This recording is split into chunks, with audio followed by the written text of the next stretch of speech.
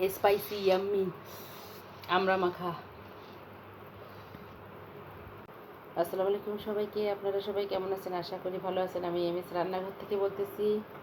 আজকে আমি বানাবো একদম ঝাল ঝাল আমড়ার সালাদ বা আমড়া মাখা। এটা আজকে বানাবো। এই যেখানে আমি আমড়া নিয়েছি, আমড়াগুলো খুবই মিষ্টি, দেশি আমড়া। এটাকে এখন আমি কাটবো, কেটে তারপর ঝাল করে মাখা করব।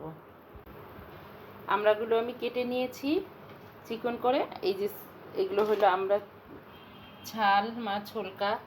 আমি এখন লেবুর রস নিয়েছি, একটু লেবুর রস দেব হালকা,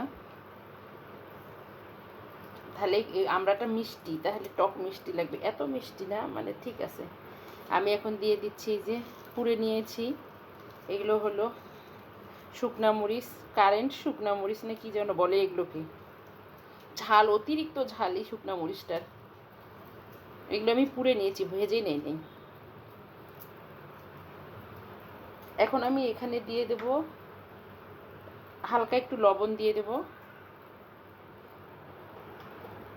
আর আমি একটু দিয়ে দেব বিট লবণ, যেটাকে ব্ল্যাক সল্ট বলা হয়।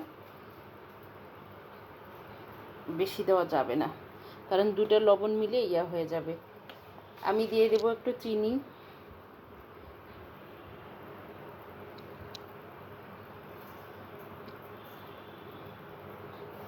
আপনারা আপনাদের পরিমাণ মতো চিনি দিতে পারেন, এটা ঝাল হবে তো ততটা দিলাম না। আর আমি দিয়ে দেব সরিষার তেল।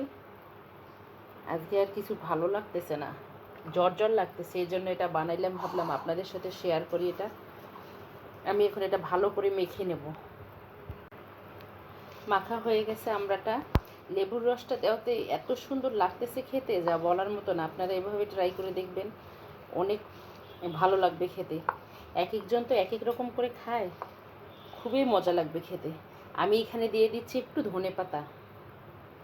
ধনেপাতাটা এই কারণে দিচ্ছি, এটা দেশি ধনেপাতা, এটা খুবই, ঘ্রাণটা খুবই সুন্দর আসতেছে।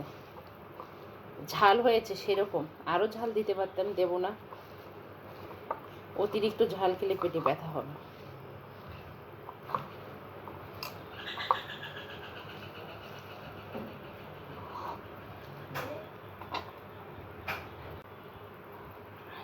এই যে ঝটপট রেডি হয়ে গেল আমড়া মাখা, স্পাইসি আমড়া মাখা। একদম ঝাল হয়েছে খুব, আর লেবুর রসটা দেওয়ার কারণে অনেক মজা লাগতেছে খেতে। আমি এক পিস ট্রাই করে দেখি।